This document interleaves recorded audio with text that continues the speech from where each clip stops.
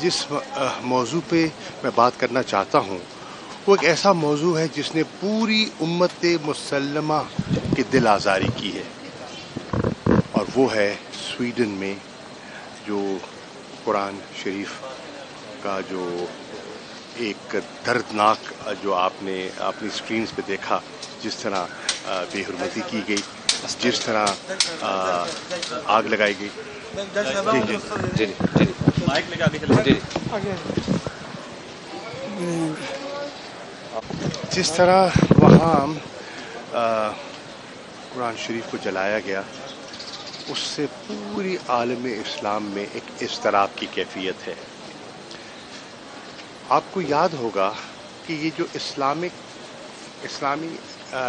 Islamophobia کا جو trend ہے، ایک بڑھتا ہوا رجحان ہے، اس کی ہم نے نشاندہی کی تھی جب تحریک انصاف کی حکومت تھی، اور اس کو میں بحیثیت وزیر خارجہ اس نقطے کو لے کر کے آیا تھا نیامے، جو وزرائے خارجہ کی جو وہاں فورن منسٹرز کا اجلاس تھا۔ اس اجلاس میں میں نے اس ٹرینڈ کے بارے میں دیگر وزرائے خارجہ کو جو OIC کے تھے انہیں آگاہ کیا، اور انہوں نے مجھ سے اتفاق کیا کہ اس پر ہمارا ایک مشترکہ لائحہ عمل ہونا چاہیے۔ اس لائحہ عمل کو ایک ریزولوشن کی شکل میں، یونینمس ریزولوشن کی شکل میں ہم نے پاس کروایا کہ یہ جو آئے دن فریڈم آف ایکسپریشن کے نام پر 1 ارب سے زیادہ مسلمانوں کی دل آزاری ہوتی ہے، اس کا کوئی جواز نہیں ہے، اور اس سے متاثر ہوتا ہے، بہت سے معاشرے متاثر ہوتے ہیں، اور عام شہری جو ہے اس سے متاثر ہوتا ہے، نقص امن پیدا ہوتا ہے، اور انسانی جانوں کو خطرہ لاحق ہو جاتا ہے۔ معاملہ اقوام متحدہ تک گیا، وہاں کنسنسس بلڈ کرنے کی ہم نے کوشش کی، اور پاکستان نے الحمدللہ اس وقت ایک کلیدی کردار ادا کیا۔ فیصلہ ہوا کہ 15 مارچ ہر سال اسلاموفوبیا کے اس ٹرینڈ کے خلاف پوری دنیا میں یک زباں ہو کر ایک بات کی جائے گی اور اس کا تدارک کیا جائے گا۔ مجھے خوشی ہے کہ OIC کے ہنگامی اجلاس میں اس پر غور و خوض بھی ہوا، ایک مذمتی قرارداد بھی سامنے آئی، لیکن قرارداد جو کہ بہت اہم ہے ناکافی ہے۔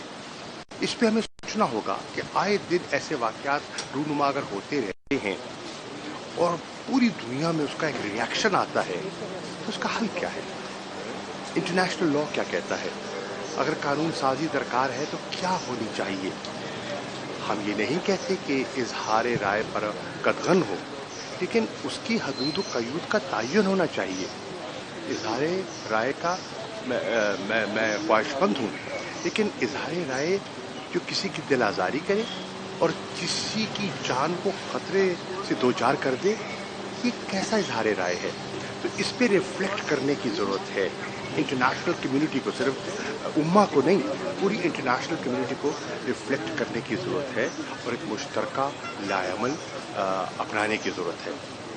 اس پر اس اضطراب کا اظہار کرنے کے لیے پوری قوم کو یکجا ہونا چاہیے، اور پرامن طور پر جمعے کی نماز کے بعد اظہار کرنا چاہیے کہ ہم پرامن لوگ ہیں، ہم کسی کی جان مال کو نقصان نہیں دینا چاہتے، لیکن اس کا کوئی متفقہ لائحہ عمل تلاش کیا جائے، نہیں تو ایسے واقعات جو ہے نا ملک کو یا دنیا کے مختلف ممالک میں ایک ایسی آگ سلگا سکتے ہیں جو بڑی نقصان دہ ہوگی۔ تو یہ اس وقت ہر پاکستانی کا اور ہر مسلمان کا دل دکھا ہوا ہے۔ موجودہ حکومت IMF کے معاہدے کو اپنی کامیابی قرار دے رہی ہے، آپ اس معاہدے کو کس طرح دیکھ رہے ہیں؟ کہ پاکستانی قوم کے لیے بہتر ہے یا آپ لوگوں نے بہتر کیا تھا معاہدہ؟ دیکھیے، عرضی ہے، ایک معاہدہ ہوا ہے، ایک 9 ماہ کے لیے $3 بلین کا سٹینڈ بائی ارینجمنٹ جو ہے وہ آپ کے سامنے آیا ہے۔ اس سے یہ تو ہوا ہے کہ جو امیڈیٹ ڈیفالٹ کا خطرہ تھا وہ ٹل گیا، اس حد تک یہ اس معاہدے کی افادیت کا احساس بھی ہے، لیکن سوال یہ ہے کیا یہ حل ہے؟ یہ حل نہیں ہے، یہ ایک سٹاپ کیپ ارینجمنٹ ہے، اور اس سٹاپ کیپ ارینجمنٹ میں آپ کے چند ماہ گزر جائیں گے، اس کے بعد کیا ہوگا؟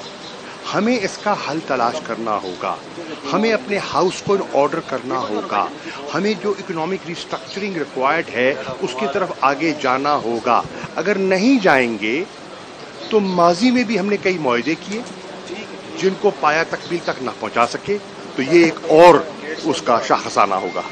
شمس بھائی صاحب، آپ عمران خان صاحب آ رہے ہیں، کیا ایسے ملاقات ہے؟ کوئی پارٹی کے بارے میں کوئی ڈسکس ہو رہا ہے کہ استحکام پارٹی کو کس طرح کاؤنٹر کرنا ہے یا کیا کرنا ہے؟ دیکھیے، ہر پولیٹیکل پارٹی اپنے لائمر کے بارے میں غور و خوض کرتی ہے، یقیناً تحریک انصاف بھی کر رہی ہے۔ ہم سیاسی طور پر، قانونی طور پر پرامن طریقے سے آگے بڑھنا چاہتے ہیں، اور انشاءاللہ بڑھیں گے، آئین اور قانون کے دائرے کے اندر رہتے ہوئے۔ وہ تشریف لا رہے ہیں، ان کے کیسز ہیں، وہ جب بھی عدالت طلب کرتی ہے حاضر ہو جاتے ہیں۔ میرے کیسز ہیں، میں حاضر ہوا ہوں یہاں۔ ملتان کل 5 کیسز ہیں، مجھے وہاں حاضر ہونا ہے، اور وہاں دیگر قانونی لوازمات پوری کرنی ہے، تو اس لیے میں آپ کا شکریہ ادا کرتے ہوئے اجازت چاہوں گا۔ السلام علیکم۔